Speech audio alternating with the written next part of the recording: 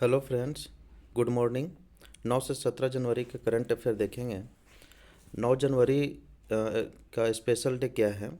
तो 9 जनवरी को भारत जो है वो प्रवासी भारतीय दिवस के रूप में मनाया जाता है। और वो इसलिए मनाया जाता है क्योंकि 9 जनवरी 1915 को महात्मा गांधी जी जो हैं वो दक्षिण अफ्रीका से भारत वापस लौटे थे। तो उन्हीं की याद में यह 9 जनवरी को जो है प्रवासी भारतीय दिवस मनाया जाता है। और ये इसकी जो सिलसिला शुरू हुई थी मनाने की, वह 2003 से शुरू हुई थी। और 2025 में यह जो मनाया गया 18वां था। और यह भुवनेश्वर में ये मनाया गया और हर 2 साल पर यह प्रवासी भारतीय दिवस मनाया जाता है। इसके बारे में पहले भी डिस्कस कर चुके हैं। नेक्स्ट है तिरुपति। न्यूज में था तिरुपति मंदिर। तो तिरुपति मंदिर कहाँ है? तो यह आंध्र प्रदेश में है। और न्यूज में इसलिए था कि वहाँ भगदड़ मचने से बहुत सारे लोगों को जान जो है ना वो चली गई थी, मृत्यु हो गई थी। तो इसलिए न्यूज में है। तो तिरुपति मंदिर कहाँ है? आंध्र प्रदेश में है। वी नारायणन न्यूज में है क्योंकि इनको इसरो का नया अध्यक्ष बनाया गया है। इसरो का स्थापना कब हुआ था? तो 1969 में इसरो की स्थापना हुआ था। इसरो के बारे में डिटेल में पहले भी डिस्कस कर चुके हैं। नेक्स्ट है 10 जनवरी को किस लिए न्यूज में है? 10 जनवरी स्पेशल डे क्यों है? तो क्योंकि 10 जनवरी को हर साल विश्व हिंदी दिवस मनाया जाता है। हिंदी भाषा को बढ़ावा देने के लिए यह 10 जनवरी को विश्व हिंदी दिवस मनाया जाता है हर साल। और यह इसलिए हुआ 10 जनवरी को रखा गया क्योंकि पहला विश्व हिंदी सम्मेलन 1975 में सम्मेलन हुआ था जो नागपुर में हुआ था। तो इसी दिन के लिए यह 10 जनवरी को चुना गया विश्व हिंदी दिवस के रूप में। और 10 जनवरी 2006 को भारत सरकार ने यह शुरू किया था मनाने के लिए हर साल 10 जनवरी को। इस साल का जो थीम था वह हिंदी एकता संस्कृति गौरव की वैश्विक आवाज़ थीम था। हिंदी एकता संस्कृति गौरव की वैश्विक आवाज़ इस साल का विश्व हिंदी दिवस का थीम था। और इसलिए हिंदी दिवस मनाया जाता है। हिंदी भाषा के महत्व व प्रसार को बढ़ावा देना है, इसलिए विश्व हिंदी दिवस मनाया जाता है। अगर इसकी संविधान की बात करें तो इसकी चर्चा आर्टिकल 343 में मिलता है, जो कि हिंदी और इंग्लिश ऑफिशियल भाषा है। यह राष्ट्रभाषा नहीं है, जबकि यह ऑफिशियल भाषा है, हिंदी और इंग्लिश संयुक्त रूप से। हिंदी विश्व की तीसरी सबसे ज़्यादा बोली जाने वाली भाषा है।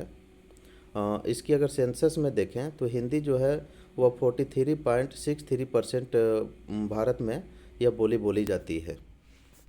नेक्स्ट है ओहायो। अमेरिका का एक राज्य है।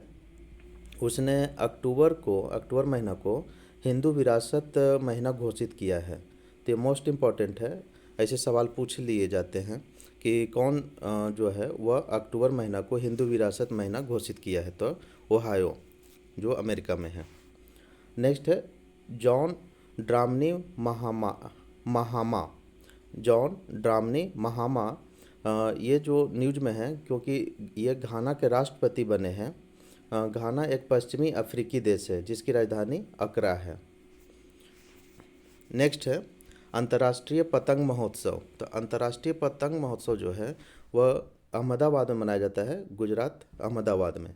और यह कब मनाया जाता है? मकर संक्रांति के अवसर पर मनाया जाता है, जो कि 11 से 14 जनवरी तक अमूमन चलता है।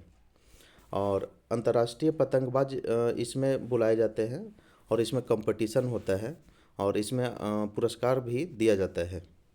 नेक्स्ट है 27 लोगों को प्रवासी भारतीय सम्मान पुरस्कार दिया गया, जिसमें कि मोस्ट इम्पॉर्टेंट ये जो है वो डॉक्टर शर्मिला फोर्ड हैं।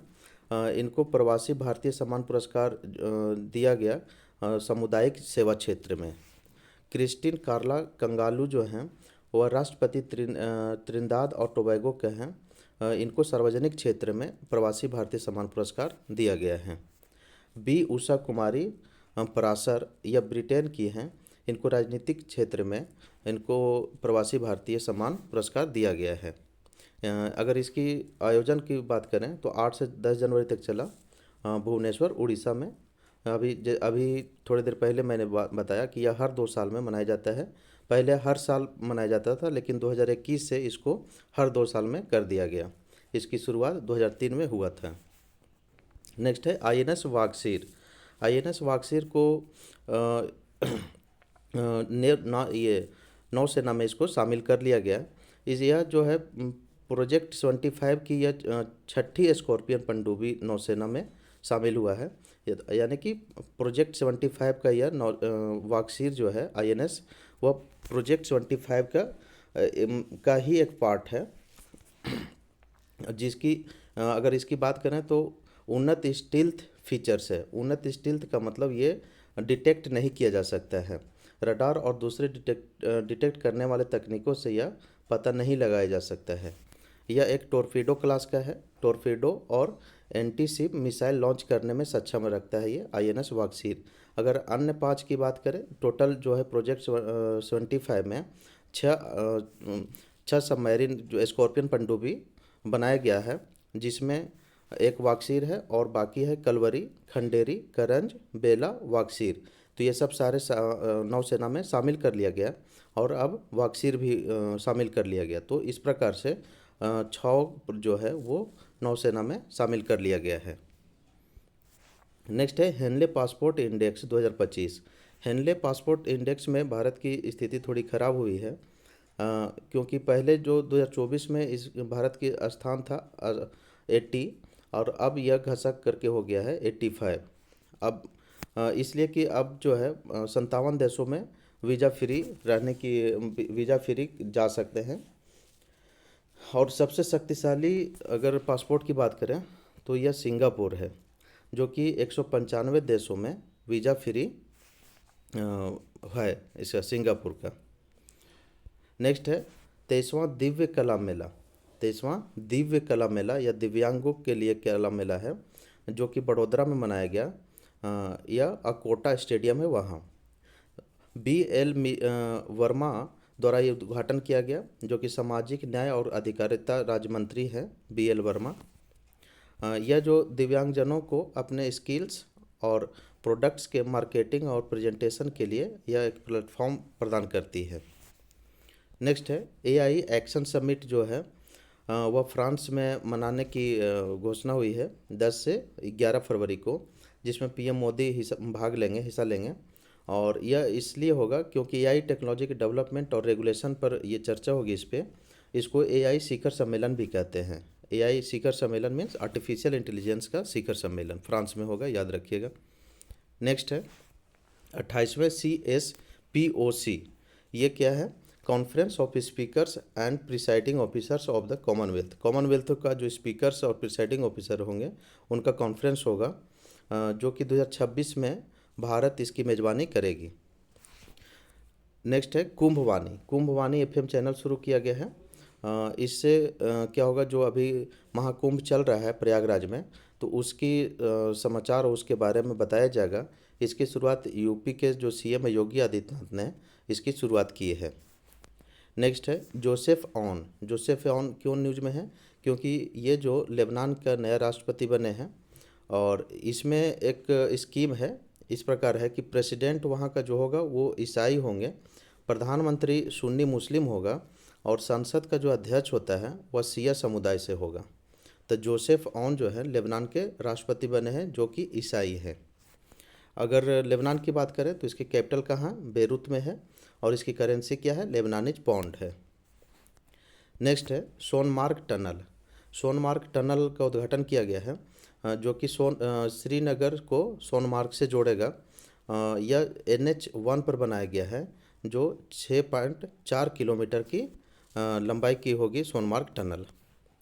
नेक्स्ट है 5वां आसियान डिजिटल मंत्रियों की बैठक होगी। आसियान जो है वो दक्षिण साउथ ईस्ट एशिया का वो क्षेत्रीय समूह है, रीजनल ग्रुप है, जो कि आर्थिक, राजनीतिक और सुरक्षा सहयोग को बढ़ावा देता है।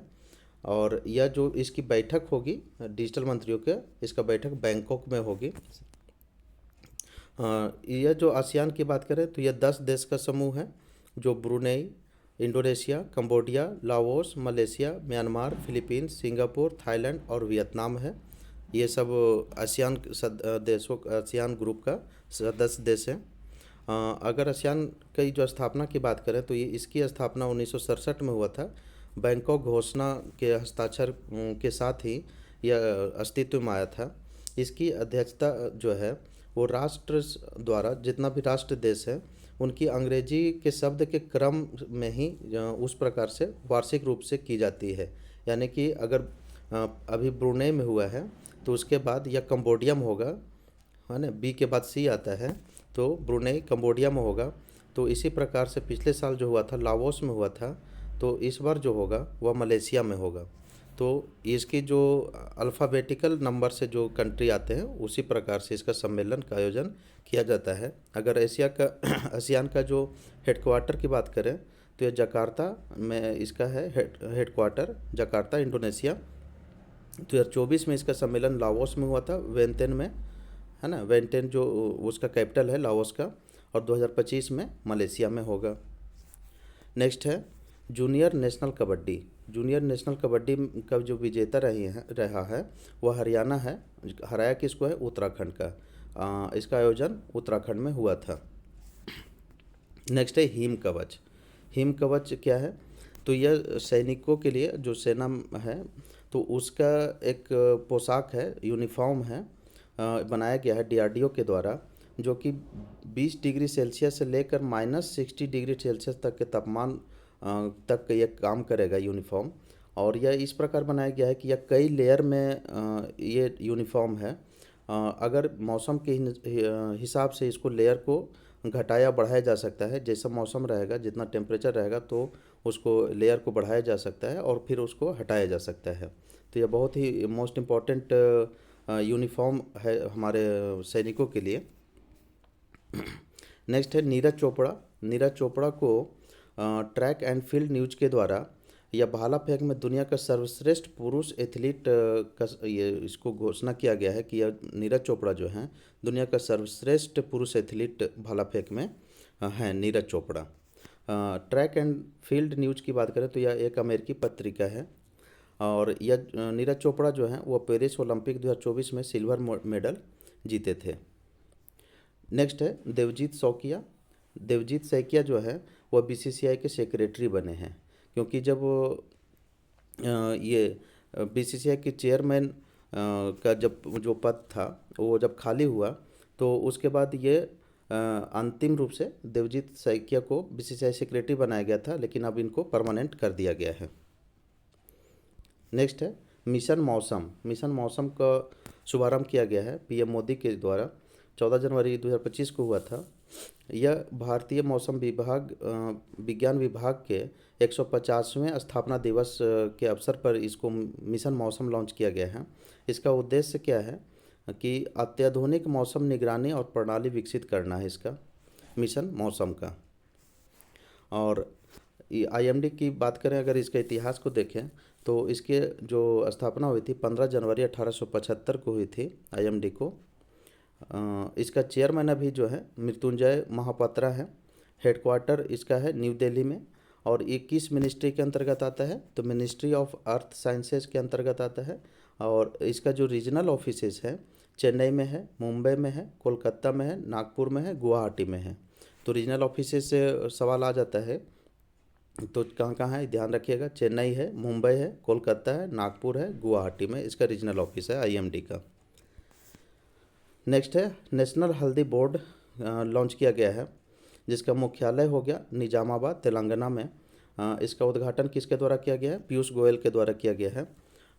इसका अगर हल्दी की बात करें भारत की स्थिति क्या है, तो वैश्विक हल्दी व्यापार में भारत की हिस्सेदारी जो है वो 62% है, तो इसलिए हल्दी बोर्ड बनाना अनिवार्य था। नेक्स्ट है नाग मिसाइल। नाग मिसाइल न्यूज में है क्योंकि यह तीसरी पीढ़ी का स्वदेशी एंटी टैंक गाइडेड मिसाइल है। इसका सफल परीक्षण किया गया है। कहाँ से किया गया है? पोखरण रेंज जैसलमेर से। इसको नाग मिसाइल को फायर एंड फॉरगेट तकनीक पर आधारित माना जाता है, क्योंकि एक बार जब दाग दीजिए तो उसके बाद फिर आपको टारगेट को हिट करके ही रहेगा। तो नाग मिसाइल इस प्रकार काम करता है।